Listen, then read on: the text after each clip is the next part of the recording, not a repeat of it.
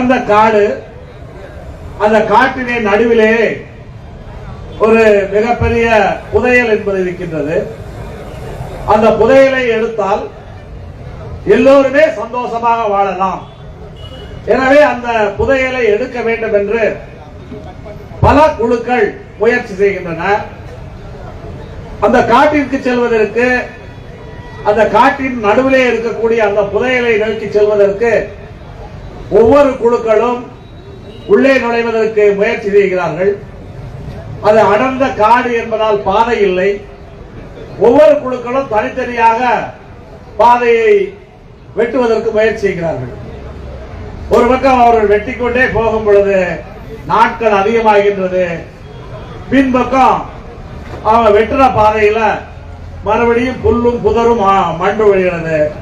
வெளியேறுவதற்கு வழி இல்லை என்ற அடிப்படையிலே மீண்டும் வெட்டியதே திருப்பி திருப்பி வெட்ட வேண்டிய சூழ்நிலை ஏற்படுகிறது.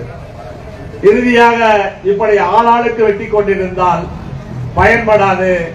எல்லோரும் சேர்ந்து ஒரே பாதையிலே செல்வோம். எல்லோருடைய இலக்கும் ஒன்றுதான்.